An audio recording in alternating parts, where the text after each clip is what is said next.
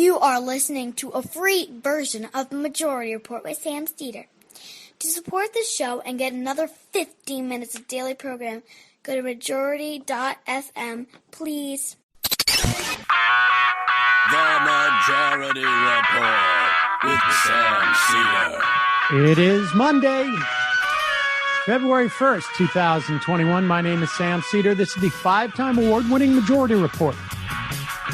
We are broadcasting live steps from the industrially ravaged Gowanus Canal in the heartland of America, downtown Brooklyn, USA. On the program today, Ori Shama, staff writer at the Marshall Project and author of Let the Lord Sort Them Out, The Rise and Fall of the Death Penalty. Meanwhile, Joe Biden to meet with 10 Republican senators offering a woefully insufficient COVID relief package. And Donald Trump's legal team quits over the weekend ahead of his upcoming impeachment trial. And as Joe Biden ramps up vaccinations, a new report that the Trump administration actively lobbied lawmakers to deny states vaccine money.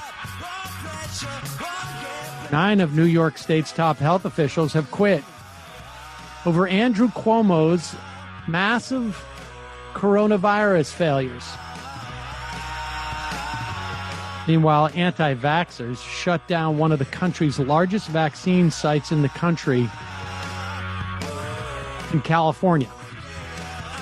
And as the Republicans solidifies its support of Trump and QAnon followers, they look to purge impeachment supporters. Except, of course, Mitch McConnell, who only supported it privately. Republicans respond to record voter turnout by redoubling their efforts to suppress votes across the country.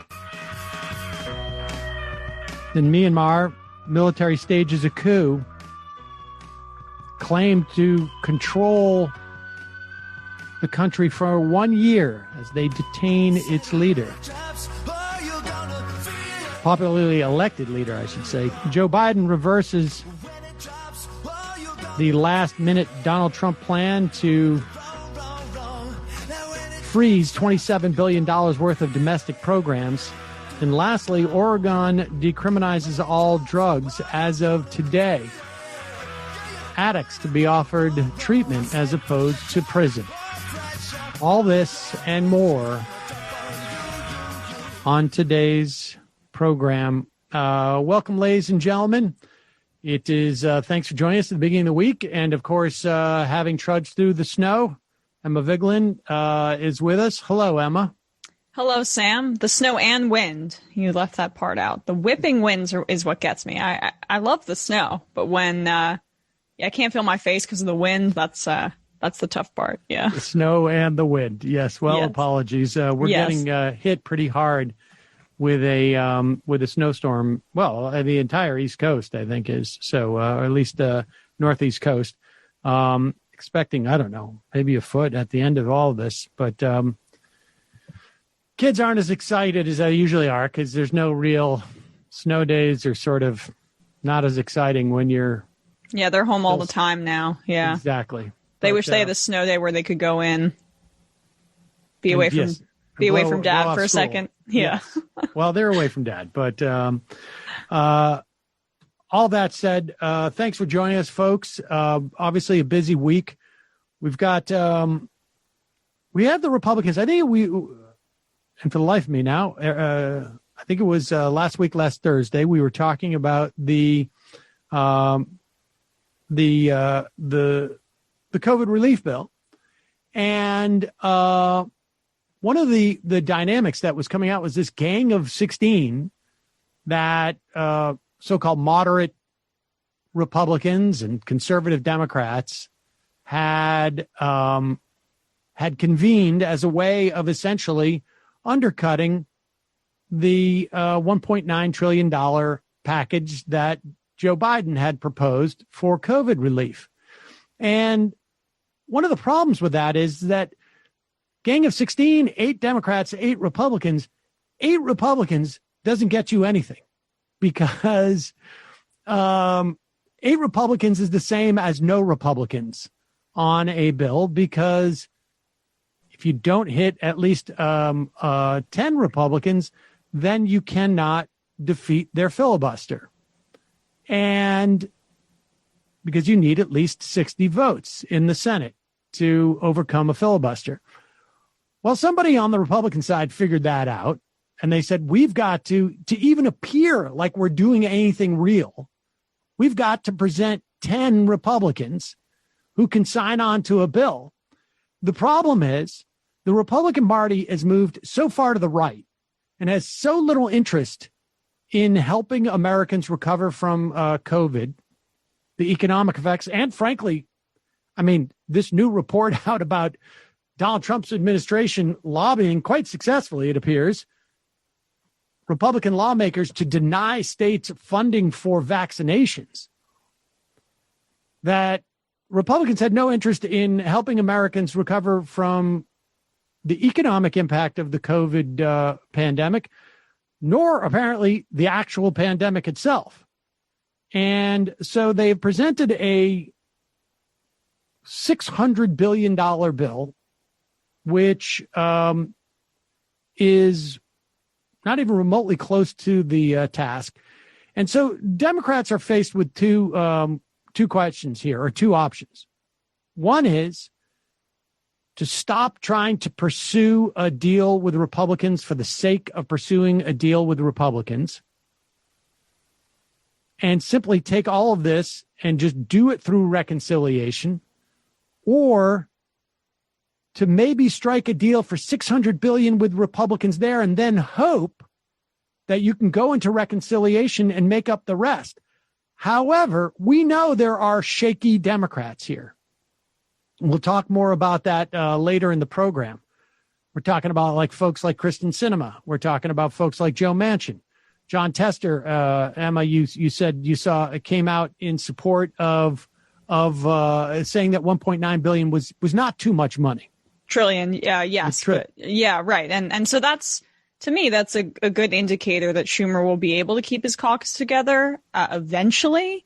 But I think the problem here is that they are wasting way too much time, Biden and co., in order to give the appearance of bipartisanship, as if the American public cares whether their stimulus checks are passed through reconciliation or over a filibuster. I mean, it just seems like very odd doing this bizarre dance that's entirely unnecessary.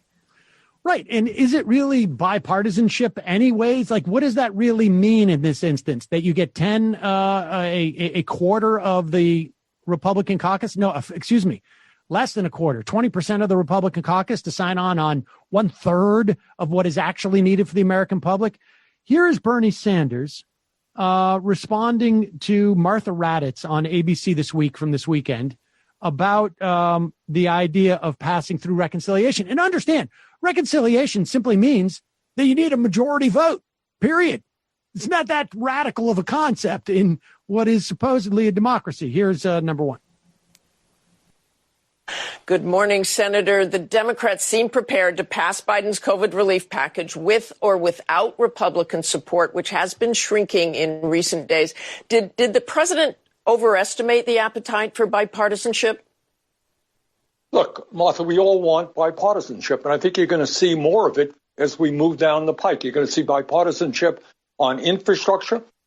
There are a lot of Republicans who are outraged by the high cost of prescription drugs in this country. We pay 10 times more than other countries do for certain drugs. We are going to look forward to working with Republicans.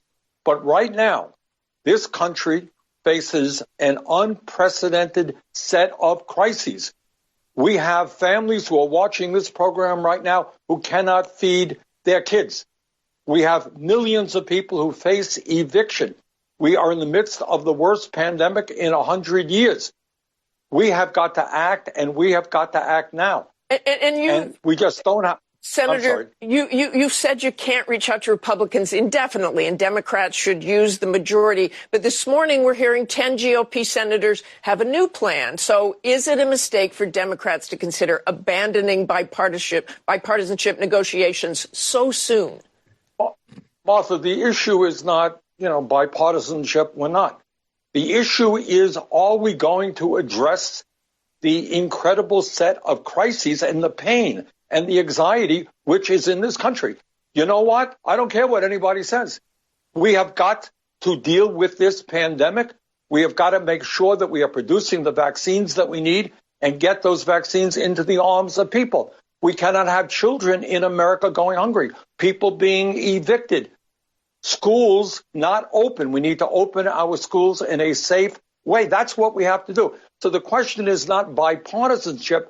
The question is addressing the unprecedented crises that we face right now. If Republicans want to work with us, they have better ideas on how to address those crises. That's great. But to be honest with you, I have not yet heard that.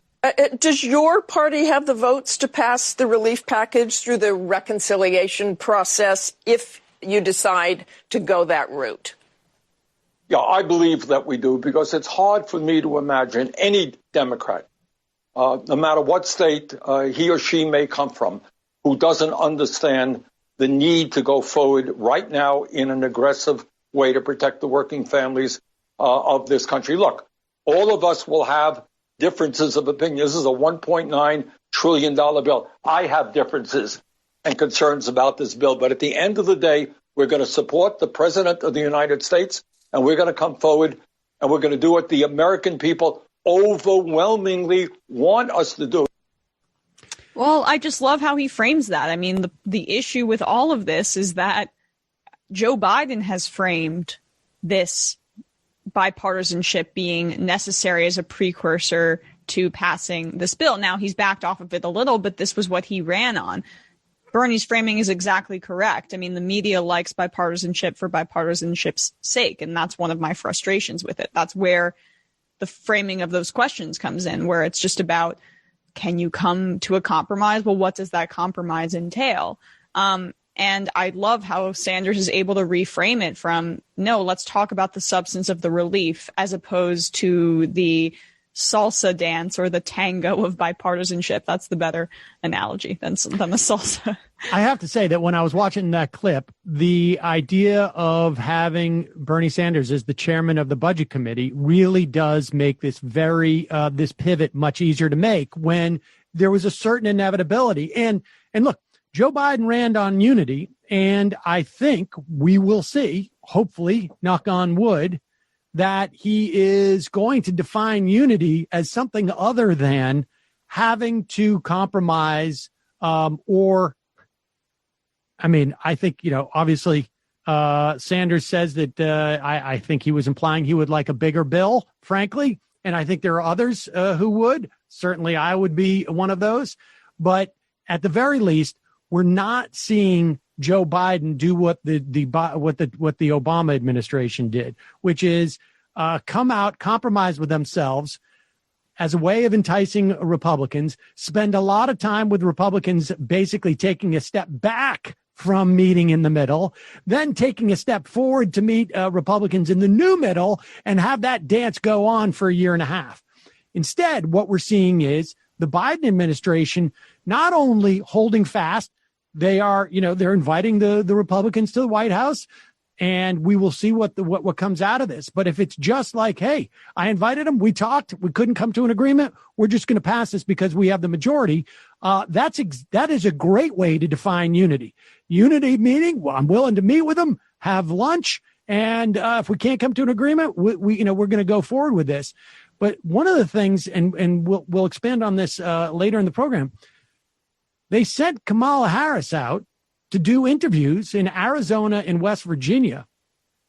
It ruffled Joe Manchin's feathers a little bit, basically reiterating the point, we need this bill. And so if there was any shakiness that Joe Manchin was feeling, or Kristen Sinema, this was a way to put pressure on them. And Joe Manchin bucked a little bit.